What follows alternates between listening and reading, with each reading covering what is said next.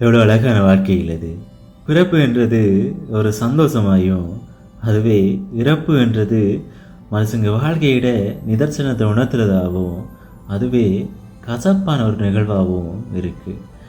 கடந்த கால நினைவுகளை எண்ணி சந்தோஷப்படுறதும், அடுத்த நொடி அதை எண்ணி கவலைப்படுறதும் என் மனசோட ஒரு வேலையாக இருக்குது. காதல் என்ற ஒரு உன்னதமான உறவு எல்லோரின் வாழ்க்கையிலையும் வந்துட்டு தான் போகுது. அது பலரின் வாழ்க்கையிலையும் பல்வேறு திருப்பங்களை கொண்டு வந்துடுது. அம்மா அப்பா அம்மா அப்பா என்று அவங்கள பற்றி புரியாமல் இருந்து புரிஞ்சுக்கிற வேளையில் பொறுப்புகளும் நமக்கு அவங்க கூட இருக்க முடியாத ஒரு சூழ்நிலையும் அமைஞ்சிடுது. அப்படி இருந்தும் நாமல்ல ஒரு சிலர் அவங்களுக்காக இப்போ ஓடிக்கிட்டு தான் இருக்கும். தாய் தகப்பண்ட ஒரு சந்தோஷத்துக்காக உழைச்சிக்கிட்டு இருக்கும். இதுவும் வாழ்க்கை தான். இவன் என்றும் தனிமை காதலன்.